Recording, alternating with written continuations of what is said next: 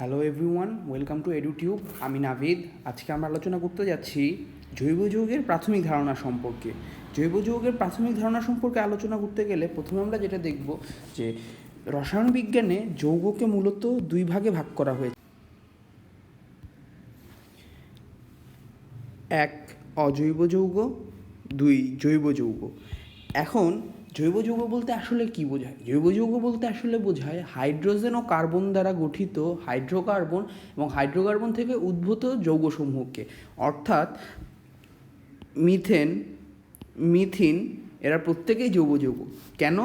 কারণ কার্বন এবং হাইড্রোজেন দ্বারা গঠিত হাইড্রোকার্বন এবং হাইড্রোকার্বন থেকে উদ্ভূত যৌগ, যেরকম এটির নাম হচ্ছে মিথেন। এরপর অনেকের একটি ভুল ধারণা রয়েছে যে কার্বনের সকল যৌগই সম্ভবত জৈব যৌগ। সেই ধারণাটি ভুল ভাঙানোর জন্য আমরা দেখতে পাচ্ছি যে carbon dioxide, carbon monoxide, hydrogen cyanide প্রত্যেকটি কার্বনের যৌগ হওয়া সত্ত্বেও এরা কেউই জৈব যৌগ নয়। জৈব যৌগের প্রাথমিক ধারণা সম্পর্কে আলোচনা করতে গেলে প্রথমে যে আমাদের যার কথা বলতে হবে তিনি হচ্ছেন বিজ্ঞানী বার্জেলিয়াস। বিজ্ঞানী বার্জেলিয়াস 1808 সালে সর্বপ্রথম একটি পদক্ষেপ গ্রহণ করেন, যেখানে তিনি জৈব এবং অজৈব যৌগসমূহকে আলাদা করেন এবং এরপরে 1815 সালে তিনি একটি মতবাদ দেন, যে মতবাদটির নাম হচ্ছে প্রাণশক্তি মতবাদ। প্রাণশক্তি মতবাদে তিনি বলেন যে জীবদেহে কোনো এক অজানা শক্তির কারণে কিছু বিশেষ রাসায়নিক দ্রব্য উৎপন্ন হয়, যাদেরকে তিনি নাম করেন জৈব যৌগ, এবং তিনি এই জৈব যৌগ উৎপন্ন হওয়ার পিছনে যে অজানা শক্তি তার নাম করেন প্রাণশক্তি। তারপর 1828 সালে ফ্রেডরিক হুলার পরীক্ষাগারে অ্যামোনিয়াম সায়ানাইডকে তাপ প্রদান করে দেখেন যে এটি তার গাঠনিক অবস্থা পরিবর্তন করে ইউরিয়ায় রূপান্তরিত হয়। ইউরিয়া একটি জৈব যৌগ বিধায় বিজ্ঞানী বার্জেলিয়াসের যে মতবাদটি ছিল প্রাণশক্তির মতবাদ, সেটি সম্পূর্ণরূপে বাতিল হয়ে যায়। অর্থাৎ পরীক্ষাগারে জৈব যৌগ উৎপন্ন করা সম্ভব। এখন আমরা আলোচনা করতে যাব জৈব যৌগ এবং অজৈব যৌগ সমূহের মধ্যে পার্থক্য। প্রথমে আমাদের আলোচ্য বিষয়ে যেটি পার্থক্য, সেটি হচ্ছে রাসায়নিক সংযুক্তি। জৈব যৌগে কার্বন অবশ্যই থাকে, কার্বনের সাথে হাইড্রোজেন, অক্সিজেন, নাইট্রোজেন ও অন্যান্য মৌল থাকে, যেরকম মিথানলে আমরা যদি দেখি,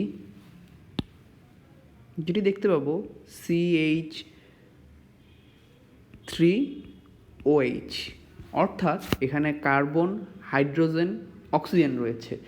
অন্যদিকে জৈব যৌগে যে কোনো দুটি বা দুইয়ের অধিক মৌল একত্রে যুক্ত হয়ে একটি যৌগ উৎপন্ন করে, যেরকম আমরা ধরি H2O অর্থাৎ পানি, অথবা PCl3। এখন আমরা যেটি দেখব দ্বিতীয় যে পার্থক্যটি, সেটি হচ্ছে বন্ধন প্রকৃতি।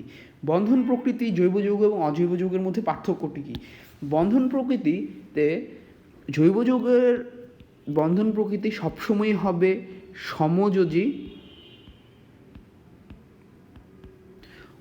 অন্যদিকে অজৈব যৌগের বন্ধন প্রকৃতি সমযোজী এবং আয়নিক উভয়ই হতে পারে, অর্থাৎ আয়নিক অথবা সমযোজী। এখন আসা যাক আমাদের তৃতীয় যে পয়েন্ট সেটির দিই। তৃতীয় পয়েন্টটি হচ্ছে গলনাঙ্ক ও স্ফুটনাঙ্ক। গলনাঙ্ক ও স্ফুটনাঙ্কর ক্ষেত্রে জৈব যৌগের গলনাঙ্ক এবং স্ফুটনাঙ্ক দুটিই নিম্ন হয়ে থাকে। সাধারণত এদের গলনাঙ্ক এবং স্ফুটনাঙ্ক দুটিই 350 ডিগ্রি সেলসিয়াসের নিচে হয়ে থাকে, অর্থাৎ 350 ডিগ্রি সেলসিয়াসের। আমরা যদি উদাহরণ দিতে চাই, তাহলে আমরা যে উদাহরণটি দিব সেটি হচ্ছে মিথানল। মিথানলের স্ফুটনাঙ্ক 65 ডিগ্রি সেলসিয়াস, অর্থাৎ আমরা বুঝতে পারছি যে জৈব যৌগসমূহের গলনাঙ্ক এবং স্ফুটনাঙ্ক দুটি অনেক নিচে হয়ে থাকে। এখন আমরা যদি অজৈব যৌগের ক্ষেত্রে সেটি তুলনা করে দেখি, অজৈব যৌগের যদি সেটি আয়নিক বন্ধন হয়, তাহলে তার গলনাঙ্ক 700 ডিগ্রি সেলসিয়াসের ঊর্ধ্বে, যেরকম আমরা যদি আমাদের খাবার লবণ মানে সোডিয়াম ক্লোরাইডের কথা বলি, সোডিয়াম ক্লোরাইডের গলনাঙ্ক হচ্ছে 815 ডিগ্রি সেলসিয়াস। তারপর আমরা যেটা নিয়ে কথা বলবো সবচেয়ে ইম্পর্টেন্ট যে টপিকটি, সেটি হচ্ছে জ্বলন।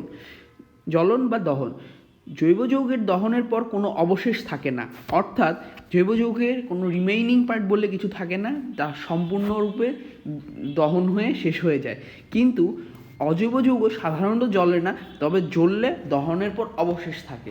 যেরকম আমরা যদি একটি বিক্রিয়া দেখার চেষ্টা করি, CH4 মিথেন প্লাস 2O2, এটি বিক্রিয়া করলে যেটি দেখাবে carbon die oxide plus 2H2O, অর্থাৎ পানি। এখানে আমরা কোনো অবশিষ্ট দেখতে পাচ্ছি না।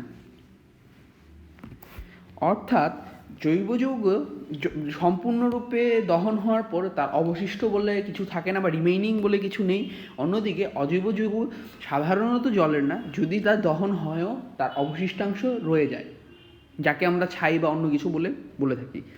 আজকে এই পর্যন্তই, সবাইকে ধন্যবাদ।